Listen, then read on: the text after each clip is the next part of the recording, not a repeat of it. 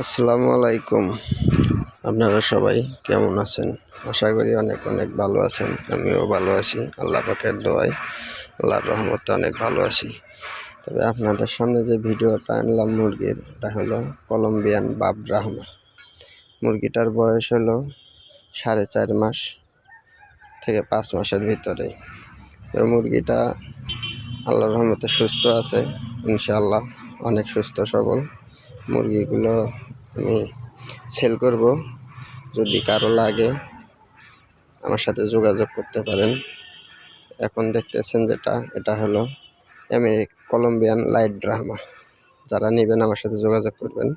Phone number হলো 01919427488। যারা নেবেন তারা যোগাযোগ করবেন।